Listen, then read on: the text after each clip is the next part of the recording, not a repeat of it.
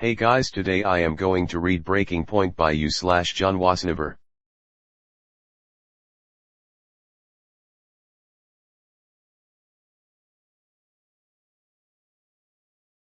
Like always, John was never manages to give his story the wimpy kid feel we all know and love while also bringing it to levels of absurdity you didn't know was possible. And boy, does it deliver. Ultimately, this LLB can be best described as a love letter to those of us who admire LLBs for what they were always meant to be. Greg being put into a very different and entertaining situation that stands out from the norm, seeming salvation 99. Monday. So something really weird happened today. Rowley came up to me and said he was constipated and he was proud of himself. He said some stupid stuff before, but I really though he crossed the line this time. But that's not all, he then said, my mom says it makes me stronger. After school, Rowley called me and said that I should go to his house because he has this really cool thing he wants to show me. At first I was going to say no because I was still a little freaked out about what he said to me today. Another thing, I was really curious about what this really cool thing was, so I decided to go over. After getting to Rowley's house, I couldn't find his mom or dad, which is kinda strange, so I just went to Rowley's room. When I got there, I asked where his parents were. But he just ignored me and told me to wait in his room. A few minutes after he left, I kept smelling something really funky. So I started to search around his room and found his cat laying dead in the corner of his closet. After what felt like hours of waiting, I was just going to leave when Rowley came into the room with this powdery stuff in bags. Tuesday I woke up on the floor. All that powder was on the floor too, and Rowley was gone. I would write down about what went down last night, but I don't remember anything. I just remembered it was a school night, but I guess it doesn't matter. So I just walked home. After I got home, I just sat down and started to play video games. Dad came in and he asked me why I wasn't in school. So I told him about what happened yesterday, me going to Rowley's house, his parents not there, his dead cat, and the cool stuff that me and Rowley played with. Let me just say, he didn't take it too well. He said that I'm off the hook for now, but he doesn't want me hanging out with Rowley ever again. Wednesday Rowley asked me to come over to his house again. Greggy, come and play with me again. I remember what Dad said about those drug things, so I told him no. He started to look really angry. I never seen Rowley get this mad before. He then grabbed me and said, how about now, then he kissed me. I might have had good reflexes because all I did was punch him in the face and told him to back off. Scram, but Greg June, after the whole Rowley thing I've been a mess. Let me explain. A few weeks after me and Rowley's fight, he's been photoshopping pictures of me into doing crazy things. I swear I'll kill that at $%. My mom came into my room and said that she was mad about me staying inside my room since summer started, and how she wants me to go to summer camp again. But I told her that I can't because I have to catch up with Rowley's posts so I can tell everyone in the comments that I'm not what they think I am. Then she said that if I don't go, she'll put me up for adoption again.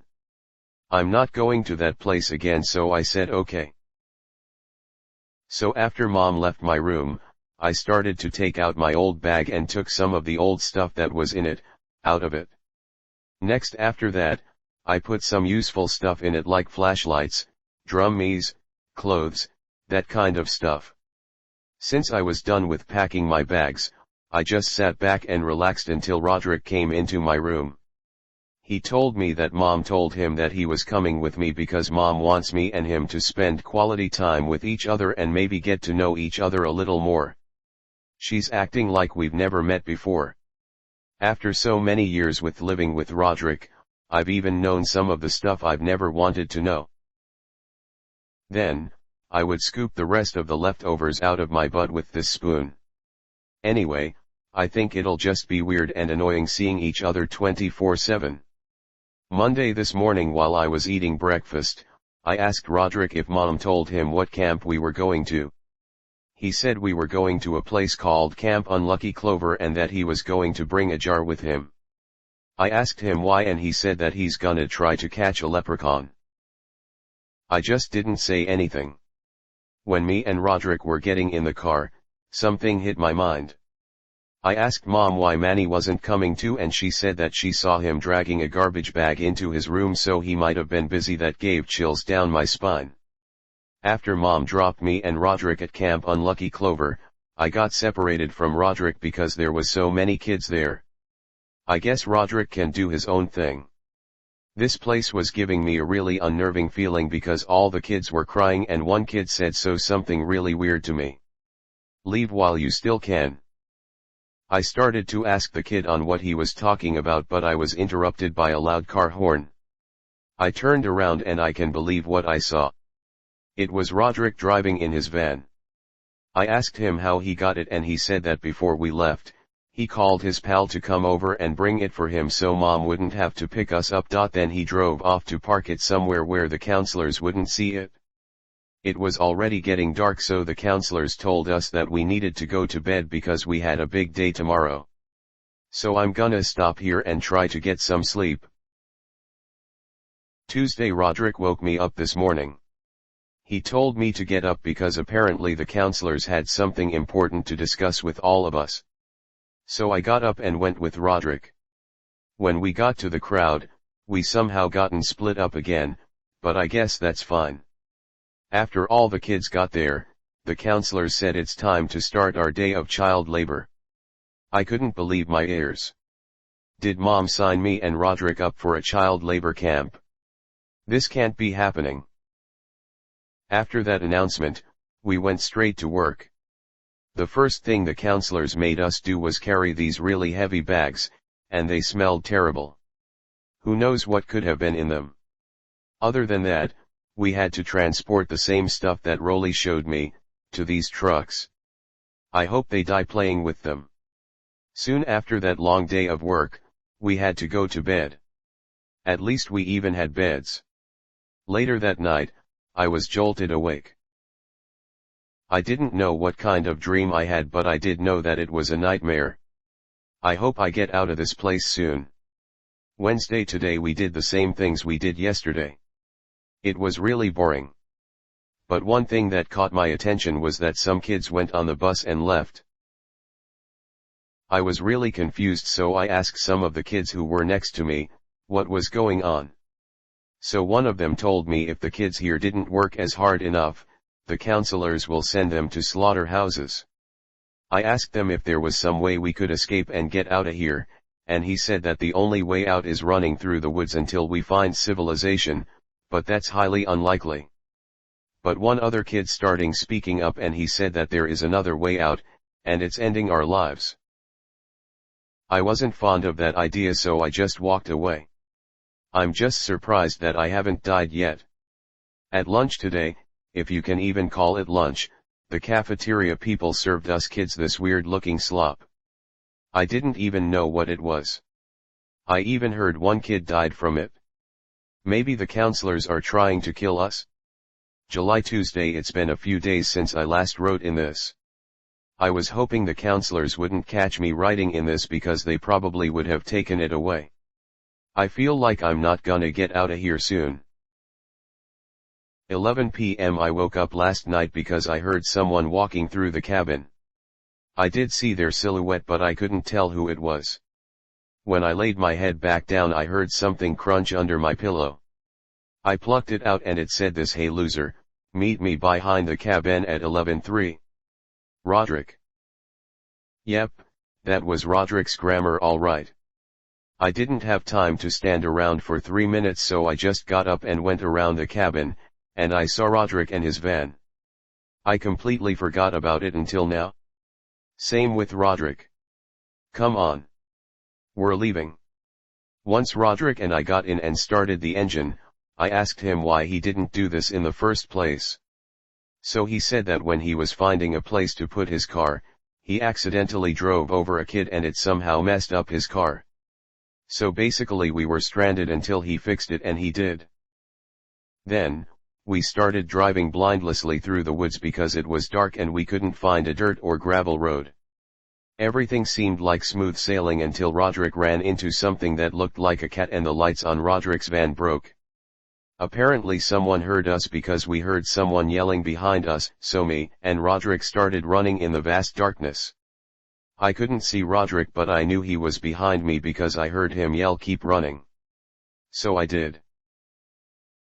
August Tuesday. You might be wondering what the heck happened. So basically when I was running in the middle of the woods in the dead of night, I came across a highway and Roderick caught up to me. There was a truck coming by so we hitched a ride home. But when I did, I checked my phone and found out that Rowley made me internet famous. And not in the good way. So I took my anger out by beating up Manny. My mom asked me what I was mad about and I told her. Why not apologize? Yeah, apologizing was not an option. Lately he's been calling me the R word and people would go on my account and make fun of me. Kids at school have been catching the drift too. Today I tried talking to Holly Hills but she said that if I touched her, she would get diabetes. It's like the new cheese touch. People have been saying that if they get near me, they'll get the R word-itis. So I did what any other person would do and I fought fire with fire. I decided to post a video that me and Rolly made a few years ago, when we were still friends, where I made Rolly eat cat poop from a litter box. Wednesday it worked. I had over 100,000 likes on the video and I checked Rowley's account and people were making fun of him. Today, even Holly Hills called Rolly a poop eater and all the other kids started calling him that. Poop eater. Poop eater. Poop eater. But then after I got back home, something strange happened. I checked my phone and I had gotten a text message from Rowley. Hey Greg, I wanna make a deal. I was kind of curious, so I asked him what the deal was. Let me hear it first. By the way, don't make it stupid. K, here is the deal. You and me will make one embarrassing pictures of each other each. The Plainview parade is on Friday. If I get 1 million likes by then you have to make out with me at the parade. And if I win? If you win, I'll poop on the sidewalk in front of everyone during the parade. Okay. Deal. Thursday. Once I got home today, I downloaded Photoshop and I got to work. After 4 hours, I finished this masterpiece. Da Vinci has got nothing on this work of art. It was perfect. All I had to do now was post it online. Last, all I had to do was sit back and let all the likes roll in. Boy, did it take a while though. There was times where my post was gaining on Rowley's, and Rowley's was gaining on mine. But it was time. Me and Rowley's posts were both almost to 1 million. I refreshed the page on mine and my post had 1 million likes. But when I checked Rowley's post, my smile quickly faded. I lost. Friday, day of the parade, I was up all night, last night. What am I going to do? Then, out of nowhere, I got it. It might be the worst thing I've ever done but at least it'll get me out of making out with Rowley. 2 p.m. I texted Rowley to meet me near the place where the parade ended. He showed up putting lipstick on. Then he told me to pucker up. Right before he had gotten too close to me, I shoved him toward the road where a nearby float was coming. Huh. Rowley was crushed. Rowley is dead. Thursday. A few weeks later, everything has calmed down.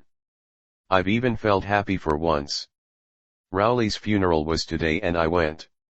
Not because I was sad though. Just to show off. His own parents didn't even show up.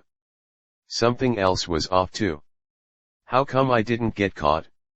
I mean, I was the one who killed Rowley. It's been weeks and there hasn't even been a news article about it. Well, Rowley is dead so I don't have to worry about him anymore. September. Friday. Today at school, Principal Roy said that we are gonna have a school talent show on Tuesday. I thought this would be a great opportunity to show Holly Hills how cool I am. Also, something strange happened today. When I went outside to grab the mail, Fregley was there waiting for me. I asked him what he wanted and he asked me if I was going to be in the talent show. Yeah, why I will destroy you, Greg Heffley. Great, now I have another weirdo on my hands. Monday. Okay, so the act I'm gonna do is sing a rap song. I even wrote it myself. But I needed music for it, so I stuck into Roderick's room while he wasn't in there. But I didn't find any music without any lyrics. But I did look in Dad's room and I found a strange CD. I plugged it into one of the speakers in Roderick's room and it sounded like some sort of cult music. Also, that wasn't the only weird thing that happened today. Today at lunch, I saw some pretty cute girls sitting at a table. I wanted to impress them, so I started flexing. They weren't that impressed. But I saw Fregley eating off of the floor, so I kicked him right where the sun don't shine. He immediately shot back up and started to snort and growl at me. It was actually kind of threatening. Then out of nowhere, he pulled down his pants, ripped his pluppy off and threw it at me. After that, kids started to pay Fregley with food to eat it. That's when I ran to the nearest trash can and I puked up food from about 3 weeks ago. It kinda scares me thinking about what Fregley's gonna do at the talent show. Tuesday, it was finally time for my musical skills at the talent show. I loaded up my equipment, like a speaker, a microphone, that kind of stuff. I'm actually borrowing the stuff from Roderick. So me and my family drove to the school that night. Most of the acts were pretty boring. But when it was almost my turn, I told everyone to wish me luck. Dad didn't say anything. When I got on stage, I saw my dad way in the back. I guess my dad just doesn't like me singing rap. But when I did sing, it sounded way better in my head. Yo, my name is Greg, get ready to beg. But then, things got a whole lot interesting. After I got off stage, Fregley bumped into me. Behind him, he had water sprinklers. So I told him not to do anything funny. When I got back to my seat, I saw Dad sitting by everyone else again. But when I sat down, I didn't say anything because I thought it would be too awkward. Then it was time for Fregley. He was walking on stage with his water sprinklers and he was grinning from ear to ear. He was silent for a second, which was kind of weird. But then, it happened. He screamed on the top of his lungs, "Let her rip," and turned on the water sprinklers. You want to know what came out of them? Wet boogers. If you don't know, Roderick has this weird allergic reaction with wet boogers. So you probably know what happens next. October, Wednesday. Today I went to Mom and Dad's room to apologize to Dad. He was probably still mad at me for singing rap at the school's talent show. But when I got to his room, he was typing something on his computer, so I stayed back to see what he was typing. Military school for 17-year-old boys. I have to tell Roderick. Dad was probably searching that up because of what Roderick did at the school talent show. But Roderick couldn't help it. I heard that Roderick started doing that when he was 4 years old.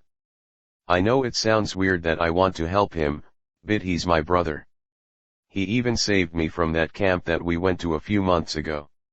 When I got to Roderick's room, he was laying on his bed with his headphones on. I motioned him to take them off and he did. When I told him about Dad, he didn't even care. He put his headphones back on. So I guess I wasn't going to get through to him. So I needed to find a different way to make sure he doesn't go to military school. That's when I got it. Remember that weird CD ritual music thing I talked about? I can blackmail Dad with that. So I went back to where the CD was, and it was right where I left it. All I needed to do then, was find Dad, show it to him, and let the blackmail begin. Anyway, I found Dad in the kitchen.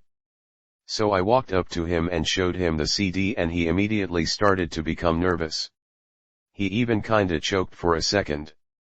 "Dad, We're going to make a deal, Greg. Where did you get that CD?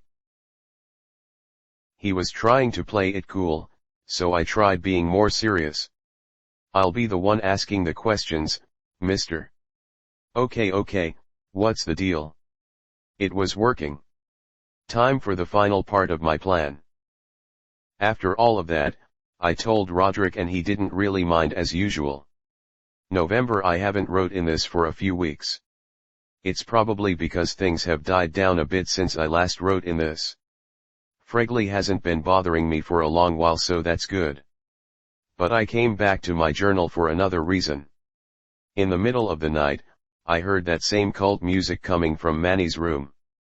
Confused, I got up out of bed and snuck to Manny's room and opened the door. I almost passed out. I thought I was dreaming. I saw Manny in the room and even Fregley. There was also this red circle on the ground with candles around it.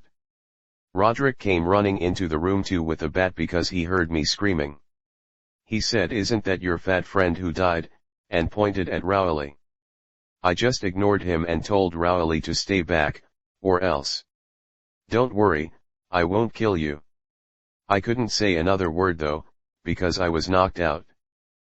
Tuesday, I woke up in the morning laying in my bed, but my head had a bruise, so I knew that what happened last night wasn't a dream.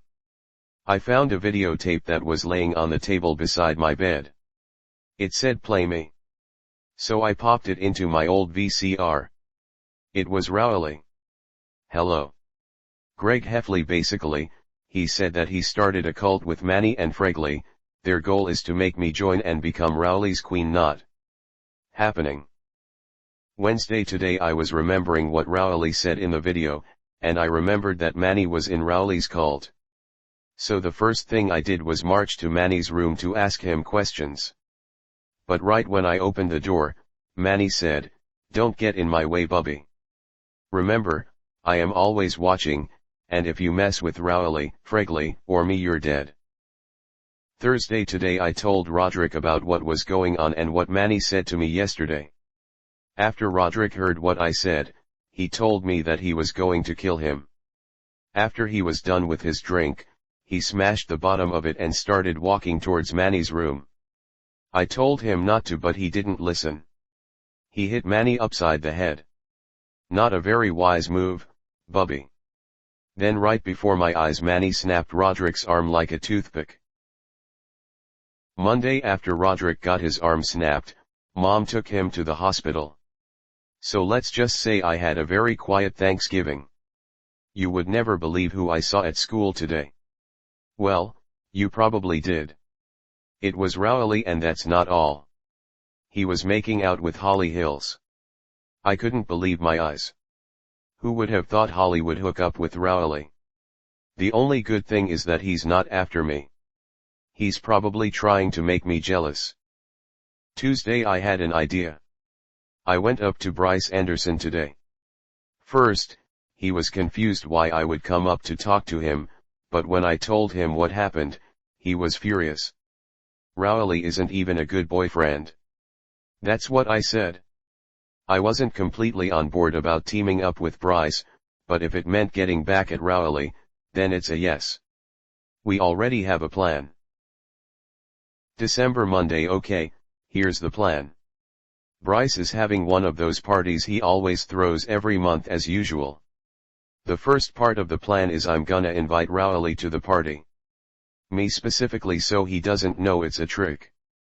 The next step of the plan is to make Rowley follow me into a closet to think we're gonna have alone time. The third part is to have Rowley drink some sort of liquid. But it has to have some sleeping pills in it. The last part is when he falls asleep, me, Bryce, and his friends beat the crap out of him. This plan couldn't fail. Saturday, day of the party, about a week later, I invited Rowley to Bryce's. It was a little strange though, because when I gave Rowley the invitation, he sorta did this weird chuckle. More like it sounded as if he was choking on a marshmallow. Anyway, I arrived at the party before Rowley, and let's just say that I wanted to bleach my eyes. I want to die. After about 15 seconds of awkward silence, Rowley pointed up. He was pointing out a mistletoe. Then he yelled at me and said, "Kiss me." It was really embarrassing. Some people even looked at me. I didn't know what to say, but I saw a bathroom over Rowley's shoulder. So I pushed past him and said that I had to go. At least it could occupy myself for a few minutes away from that psychopath. I sat in the bathroom for a few minutes. Mostly just washing my face. That's when I heard someone walking towards the bathroom. I panicked and looked at the door, and I forgot to lock it. So I immediately jumped into the bathtub and shut the curtains. When they came in, I peeked outside and I saw Holly. I asked her what she was doing here, and she asked me the same thing. I told Holly that I was just freshening up, and she got a suspicious look on her face and ran out. I didn't want to waste any time anymore, so I began the plan. I got out of the bathroom and found Bryce. He gave me a wine glass, put some sleeping pills in it and stirred it. Then all I had to do was find Rowley. I found Rowley standing by Holly, and Holly was talking to him. She was probably telling him what happened with her and me in the bathroom, so I immediately ran over there. When I got there, Holly walked away and I asked Rowley if he wanted to have 7 minutes in heaven with me in the closet. He immediately said yes, and we walked to the closet before anyone saw us. He also brought a candle, but I guess that doesn't matter. "Let's get started, Greg." I frantically told him to hold his horses and he stopped. I asked him if he wanted to raise a toast. He said that he guessed we could. "A toast to love?" I gave the wine glass to Rowley, offering him the first drink. He looked hesitant at first, but then grabbed it. Then he shoved the drink down my throat. Sunday I woke up coughing and out of breath. Bryce was standing over me, slapping me awake. I asked him what was going on, and he said he saw Rowley walk out of the closet, and smoke was flying out. Everyone ran out of the house and Bryce dragged me out of there. Bryce's house was on fire. It was probably that candle Rowley brought in there with us. Anyway, we got out of there. Someone called the fire department, so they came straight away.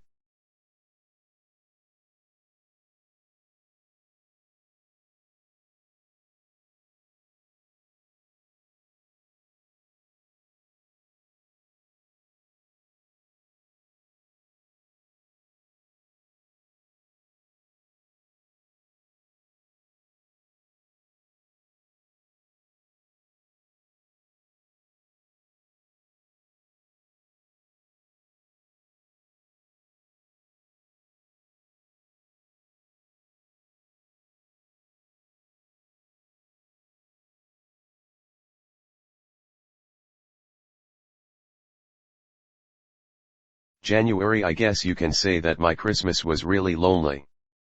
It was just me, Manny, and my parents. It's really sad that my brother wasn't there. I didn't even get that many presents. Maybe if you hadn't tied a noose around your brother's neck, you get more. Christmas is supposed to be about family and friends, but I didn't get any of that. Speaking of friends, I never heard from Bryce after his house burnt down. He might have left town. Fortunately, something good did happen. Roderick came home from the hospital with his arm good as new.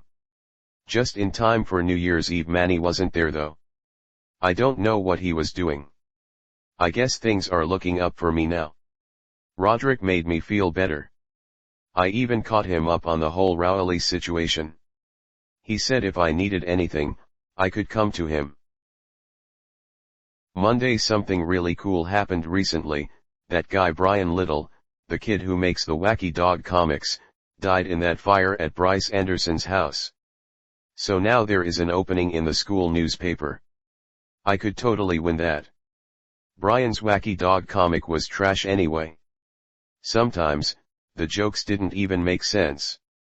Hey Wacky Dog, say something funny. Okay, life is a bottomless, empty, black hole. One day the sun will explode and take the entire human race with it, deeming everything we do meaningless. All I need to do is crack out some pens and some paper. How hard can making a comic be? Tuesday. Okay, so far, I have these few comics as an idea. If you step on a crack and make a wish, it'll come true. Okay, let's see. Your family was brutally killed in a explosion. It worked. Zishawarali always had this dumb punchline. Zooey mama, he basically stole it from me. But Zishawa was always better. The next comic I had was This Beauty Hurry. This is an emergency, ma'am. I think my burger has been poisoned. It has been poisoned. That was fast. I didn't put the Zishawa in there, but I still kept the dark humor, which is good. But I finally made the best comic ever. I call it, Booger Eater. Finally my booger collection is complete. Hey, are you going to eat those? No way, I've been saving these for 5 years. Hey doctor, my nose won't stop bleeding. Booger Eater, it is because you keep picking your nose. But it's my favorite sport. Of course the main character, Booger Eater, is inspired by the one and only Rowley Jefferson. Speaking of which, he actually made a comic for the opening. Hey Greg, you pooped your pants. Nah, yeah, from this, I could obviously tell that Rowley was trying to make me mad, but it didn't work. Believe it or not, Fregley made a comic too. Look. Greg is a frog. Yep. Wednesday, something strange happened today. There was a knock on the door, so I opened it and it was Fregley. He slobbered all over my face and pushed past me before I could shove him out. He ran through the hallway on all fours to Manny's room. Who knows what they could be plotting in there?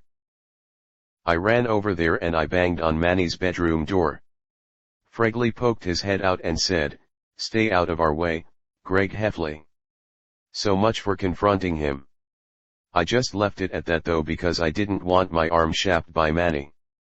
I'm kind of looking forward tomorrow though, because that's when my comic wins. Thursday. Today was the day the results came in. Can you guess who won?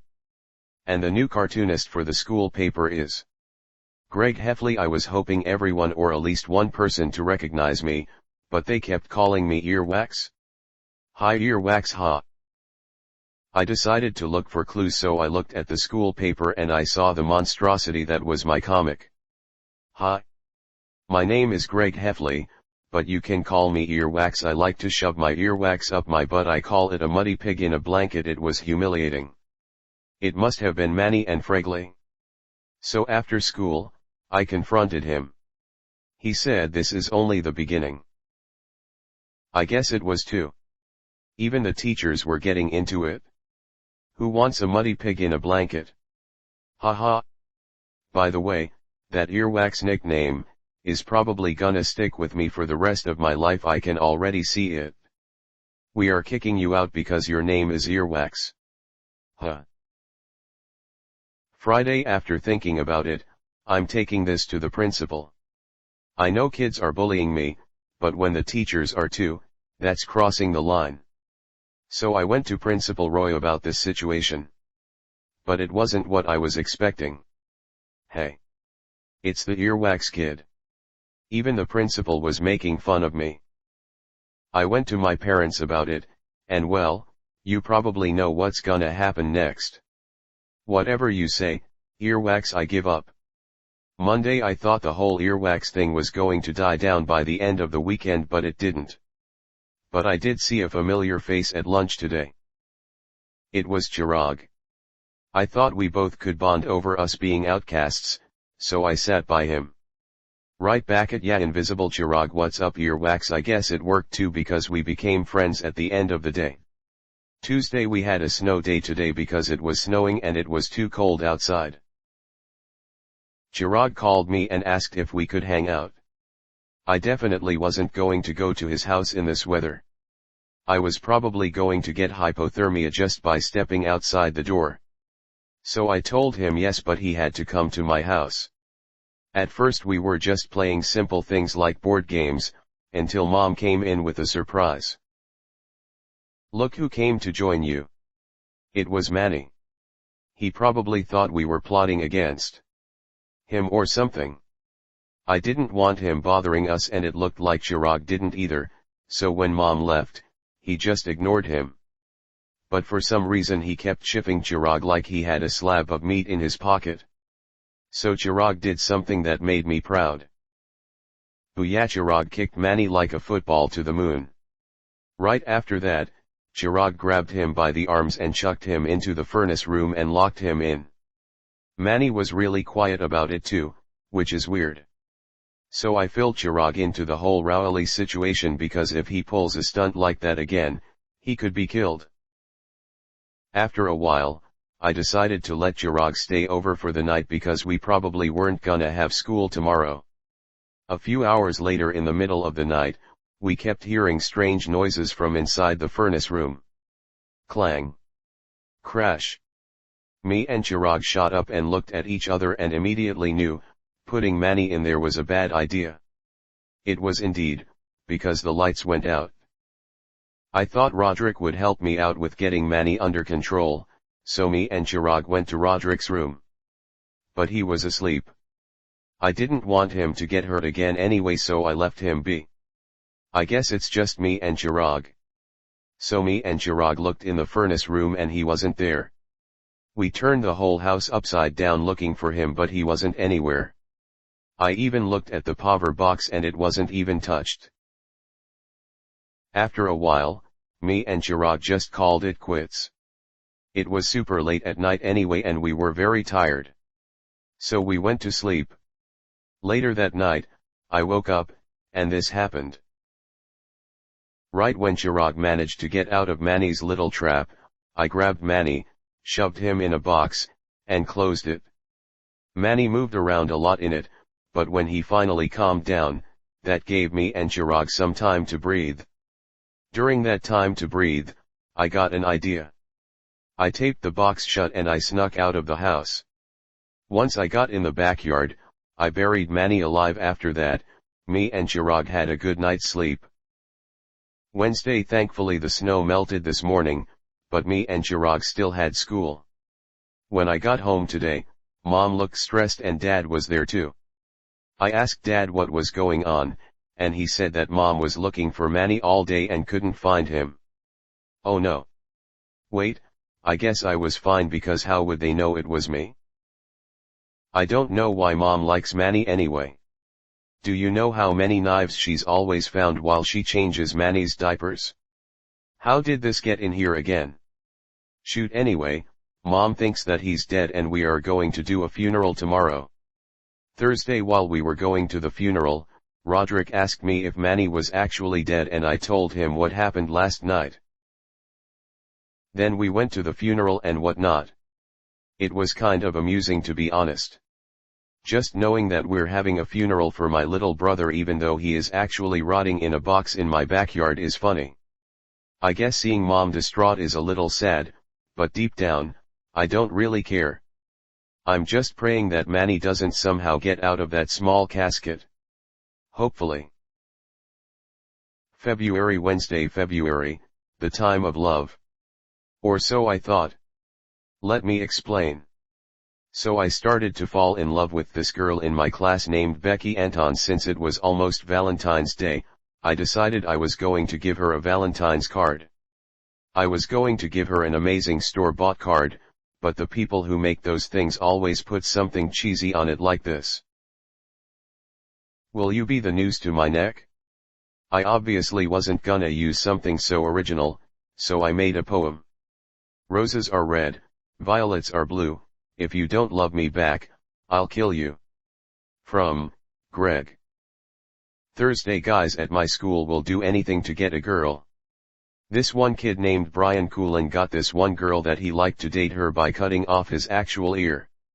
How come I didn't think of that? A lot of other guys are using his idea too and it's working. I think it's becoming a trend.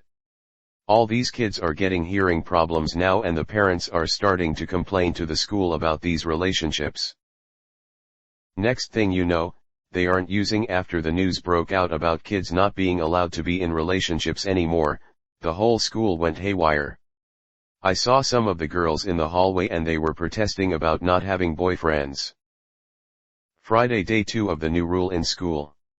It's actually getting a little depressing if you ask me. This one girl in my class named Jamie just broke up with her boyfriend forcibly. She hasn't gotten any work done in class. I think she's just given up on hope. Obviously, some kids have been trying to hide their relationships. These two kids in school take their relationship very seriously. Their names are Karen Riley and Wally Marsh. So basically, these two 8th graders came up to me and told me there was some weird stuff going on in the janitor's closet every day at 11 o'clock. So obviously, I got a little curious and decided to check it out for myself. I'm just going to say that I was not pleased. Slurp har har har. I'm not going to go into very much detail. Monday apparently, the teachers finally found out about what Karen and Wally were doing, and they put a stop to it.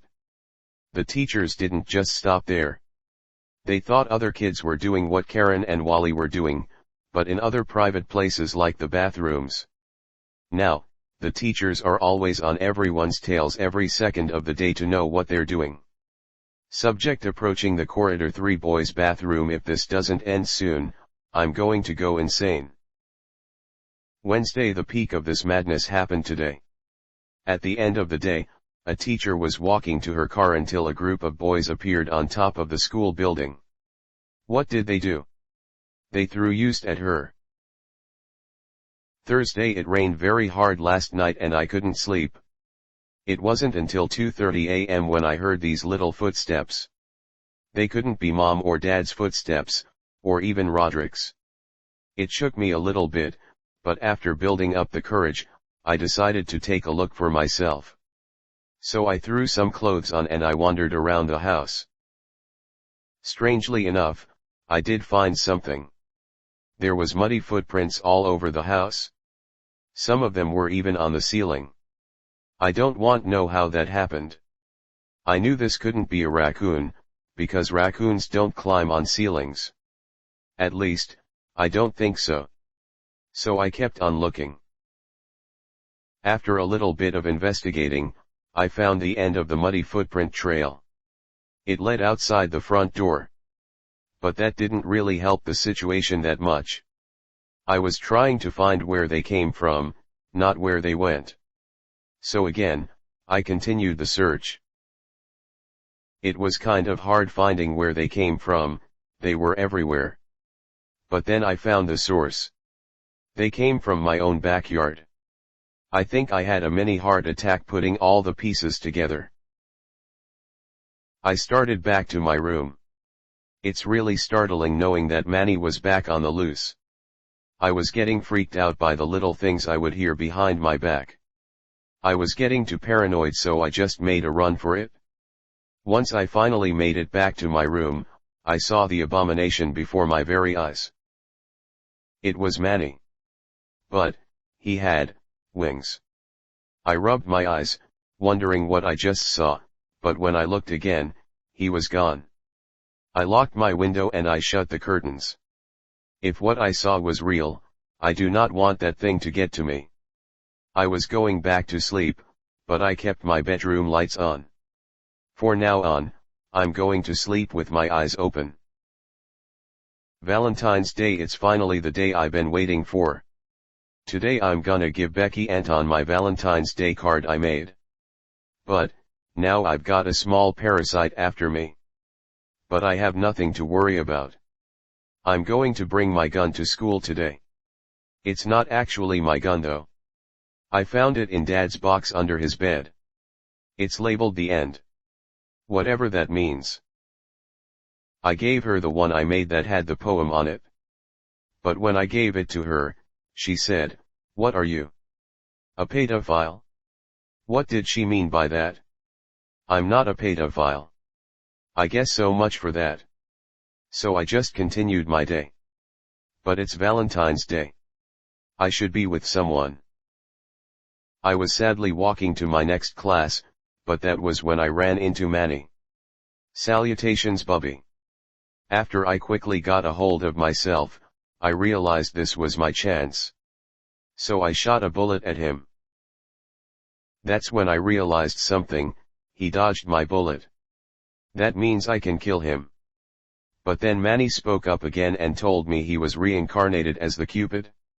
I asked him what that had to do with anything, and he shot someone behind me.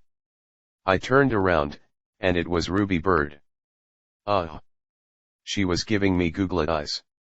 I already knew where this was going and I didn't like it.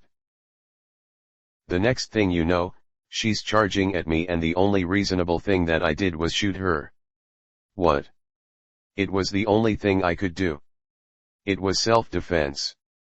Anyway, now I had Manny to deal with. I immediately shot at him and I missed. But not completely. I actually shot his wing and he fell to the ground. Manny's bow and arrows fell with him, and I quickly picked them up before he did, and I snapped them in half. But then he looked at me just like he looked at Roderick when he broke Roderick's arm. So I made a run for it and I never saw him for the rest of the day. After that whole crazy Valentine's Day, I was really looking forward to going home. But when I did, I got something a little off in the mail. Hey Greggy. Long time no talk. But don't worry. I've got something real special for you. Rowley P.S. I got a toenail just for you. Hee hee hee. March Saturday today, me and my family went to old-timey ice cream parlor, and we brought Grandpa along. We all sat down, and when the waitress came over, she counted us, and she landed on me last.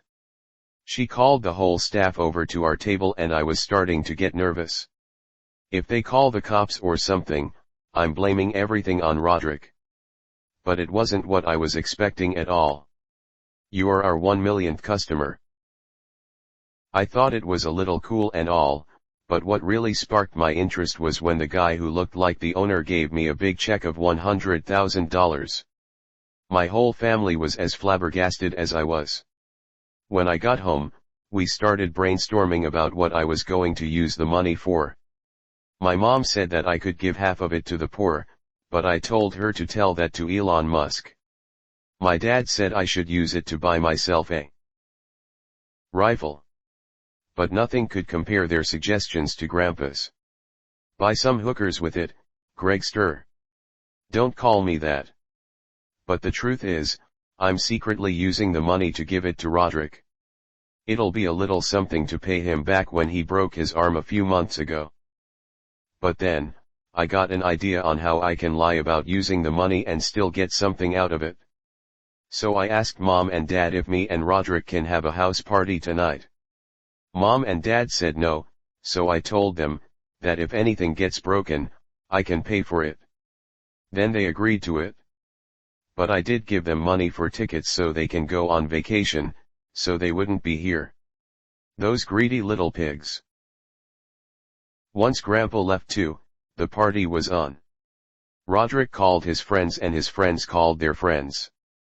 I also heard Roderick say in his calls my brother's party, which kinda made me feel good. After a while, we had everyone down my block at the party. Once people heard there was a gigantic party at my place, we had even more people. That's when the party truly started. Sunday. What happened last night? The house is a wreck. I promised myself I wouldn't let the place become a mess so I wouldn't have to pay for anything that got damaged. But I guess that idea was thrown out the window. Did I mention that my leg hurt? Anyway, I woke Roderick up, and I asked him about what happened last night. I was really surprised. He said that I got drunk and I fell off the roof. Scream. I've never drank before, and knowing that is what happens, I'm never doing that again. Why was I on top of the roof in the first place? Anyway, there was still the whole house to clean up, and there were people we had to kick out, so me and Roderick got to work pretty quick. Vroom. One thing that seemed really strange and wouldn't leave my mind was that Roderick's band left really early in the morning apparently. They would usually stay the night for a few more days. But I just tried to ignore it. After tidying up the place, me and Roderick just sat down to watch TV.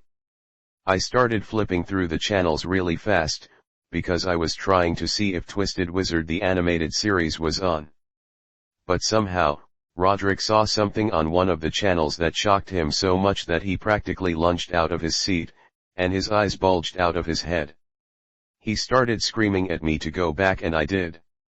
Believe me, I was as shocked as he was. Rock band becomes famous sensation overnight?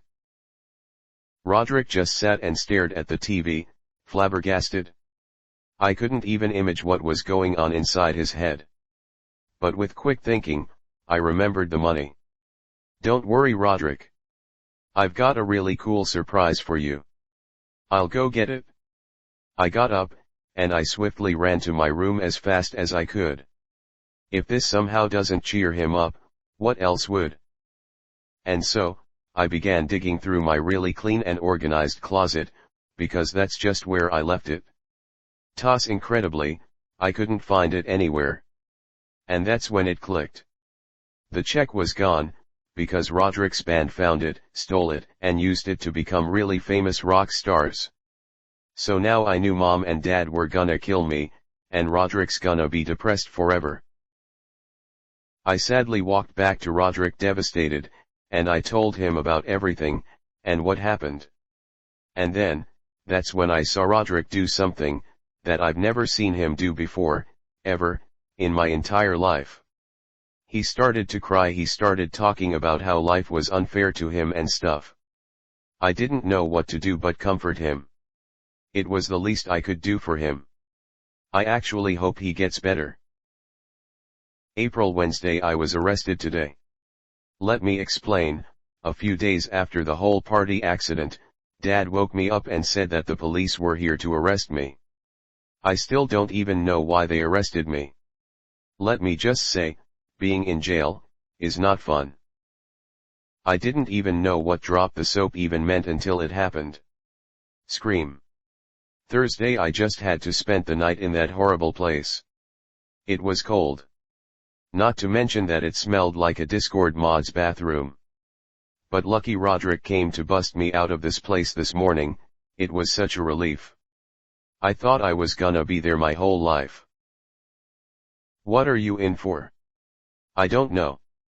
I don't know. Before I left, though, the police officer said that I had to come back tomorrow for my trial. I'm not really looking forward to that. Friday I got out of the trial today and I figured I was framed. But no one believes me. Apparently I burnt down an orphanage with all the kids inside. I asked them how they absolutely knew it was me, and they said a kid who was fat and a kid with glasses ratted me out. Yeah, I'm pretty sure I know who those two are. But that's not the important part. The important part is that I have to pay a $1,000 fine. That check would be pretty useful right now. So anyway, I had to find out how I was going to get all that money, and that's when it hit me. That Stringer family has this one kid named Wesley I can babysit. Anyway, I called Mrs. Stringer if I can babysit Wesley $100 a day for 2 weeks, and surprisingly, she said yes. So I went over to the Stringers' house ready to babysit the little wench. But before everyone left, Mrs. Stringer told me that there was one more person coming over to babysit Wesley too. I honestly didn't care unless I was going to get my money's worth. After they left, I went to go find Wesley. When I did though, he immediately asked me a question. Wanna play hide and seek? Oh, yeah, I guess so. Once he went to go hide, I got some time to myself. So I just sat back onto the couch and I turned on some TV. After I was about 5 minutes into the show I was watching, there was a knock at the door.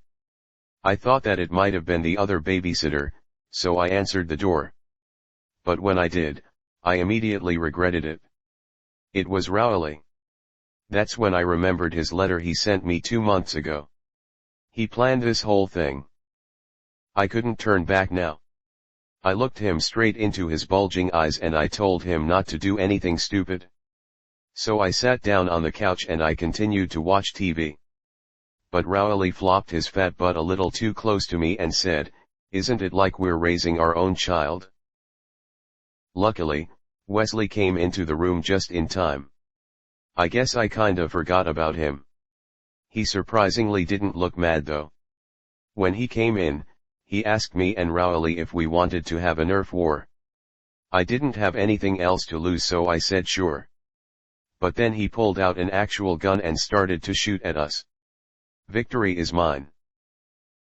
After I made Rowley tackle Wesley and wrestle the gun out of his hands, I locked Wesley in the laundry room as a punishment. Then I just went back to watch more TV. Once I got up to raid the Stringer's kitchen for shacks, Rowley followed me and asked me if I can be his queen again. I obviously said no, but when I did, he shoved me into the laundry room just like I did with Wesley. Not only that, I also heard him breaking stuff. That's when I realized that Rowley was breaking stuff because he was going to frame me again. I knew that I couldn't just sit there and do nothing, so I tried to find a way out. There was no windows in the room, and the only door to get out was the one that Rowley pushed me through. But, I found a door to a vent. But then I remembered something. I almost forgot about Wesley. Fortunately, I had a plan on what to do with Wesley when I escape. So unfortunately, I had to take that little brat with me. It's hot in here. So yeah, Wesley isn't going to shut up soon. Can you shut up, Wesley? What are we doing? Shut up, Wesley. Where are we going, Wesley? Listen here, Wesley, I have had it with you. I will sit here and pee my pants until you shut up. Really? What was that? It was Rowley. I wasn't going to take any chances of him latching onto my ankle, so I grabbed Wesley and I made a run for it. A little after I ran through that big labyrinth of vents, I made it outside. You might be wondering, how did you get the money to pay for the orphanage? Simple, all I had to do was hold Wesley for ransom. Long story short, I paid the debt. Tuesday I almost made a number 2 after waking up at 3:00 a.m. in the morning and seeing Manny right above me. After Manny slapped me in the face a couple of times, I finally kept quiet. I almost yelled for Roderick until Manny said that he had a message from Rowley. Basically, Rowley said that he was tired of waiting for me to become his queen, so he's gonna kill me. On Friday to be exact. He told me that I had to meet them on the basketball court at the school. Believe me, I tried begging to Manny why, but he just wouldn't budge. Please Manny, I'll do anything. I'll even wipe your butt for you. Too late, Bubby. You had your chance. I guess I'm not getting through to him. Wednesday I stayed up all night, and I came up with a plan. But I wouldn't really call it a plan because it's so simple. All I have to do is fight back. Yeah, I know what you're thinking. How are you going to fight Rowley, Manny, and Fregley all by yourself? Well, I'll tell you. I'm going to fight fire with fire. Today, I was thinking about who could join me battle the Three Stooges, and it occurred to me that Gerard could help me. When it was lunchtime, I knew it was my chance, so I sat right next to him and I immediately cut to the chase. I told him about everything and how Rowley was planning on killing me. Please help me, Gerard. I really need your help. I could tell Gerard wasn't that fond of the idea. I wouldn't blame him though, after what happened back in January. But then I reminded him about how I saved him back in kindergarten when I pulled his cat's leg out of his ear. Then he remembered how he still owes me that favor. So that's how he decided to join me. Thursday somehow, word got out about the big fight, and everyone was getting really excited about it. Outside school, I saw some kids getting riled up and wrestling. Once I got home from school, I quickly went to Roderick. As I did with Gerard, I told him about what Rowley said and how he's gonna kill me and that I needed his help. After talking it over with him, he finally agreed. Now all I have to do is prepare for tomorrow. I'm kind of scared, honestly. Not Rowley or Fregley, but Manny. Manny is the one who has these demonic powers. But just in case, I'm bringing a gun to school just like I did last time. Friday, it was the day of the fight. After school ended, we all meet up on the basketball court, just like we promised. Roderick and Chirag were at my side, we were ready.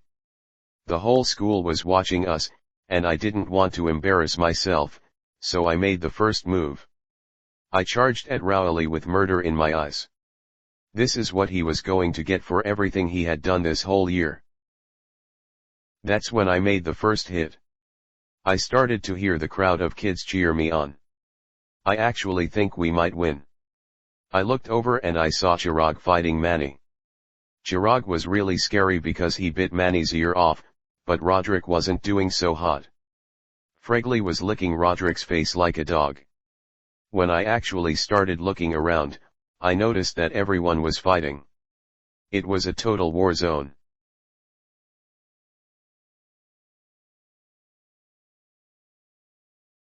I saw that Chirag was caught in a fight with some other random kid, so I decided to run over to him and help him. It was good that I knocked Rowley out because that bought me some time. It looked at Manny, and it looked like he was gonna rescue his comrade too. He somehow killed a row of kids getting to Fregley. That's when I noticed that Manny was coming for Roderick too. I didn't want Manny to do what he did to Roderick before, so I had to put Chirag on hold. But, when I saw Manny get to Roderick, Manny unleashed his ultimate form. That's when Manny did something I'd never forget. Right before my eyes, I saw Manny rip every limb off of Roderick's body, one by one. I quickly dashed over to Roderick. But when I did, I took out my gun, and pumped Manny's body with lead. As I knelt down to Roderick, I knew this was going to be his finale. I started apologizing to him for everything I've done, and getting him into this. He started to cough up blood, and with his final breath, my brother said to me, "This past year has been the best. Thanks for everything, pal." Roderick died. I started getting a million thoughts through my head. One in particular was how this whole thing started. Everything that has led up to this day has been because of Rowley. Rowley did all this stuff, and it led to killing my own brother. That's when it broke me. I was done. I wanted to finish this. I walked through the crowd of kids, and I shot Rowley right through his head. Most of the kids started screaming. They were scrambling around like ants. I didn't see Fregley anywhere. He basically vanished. But it didn't matter. I already did what was needed to be done. I started to hear police sirens, so I grabbed Chirag and we both made a break for it. I told him what happened about Roderick and all, and he comforted me about it. This is the final time I am writing in this. I'm gonna bury this in my backyard tonight. So long, I guess. 2032 May, Friday. I went back to get this journal. I just read through this, and it brought back the dark past of my childhood. I think I have some explaining to do. After I buried this journal, I swore never to come back to it, because I never wanted to remember anything that happened that year. But the dark truth is that it all stuck with me all this time. I remember that I never slept that night knowing that my life wasn't going to be the same ever again. The next part is the most important one. The next morning, I built up the courage to tell Mom and Dad about everything. About how me and Rowley fought, and about Roderick dying. They didn't take it so nicely and they both, cold-heartedly decided to kick me out of the house. I wasn't that surprised though because they have always been like that. I lived a poor life for about 7 years, and the police never found out about me killing Rowley. One day, I decided to come clean, and I told the police. That's when my story spread around the world like wildfire. After a while, I was out of jail and I quickly became a walking celebrity. But, I never seen Mom or Dad ever again. As I said before, they're just that type of people. Since I became a celebrity, I was getting noticed left and right.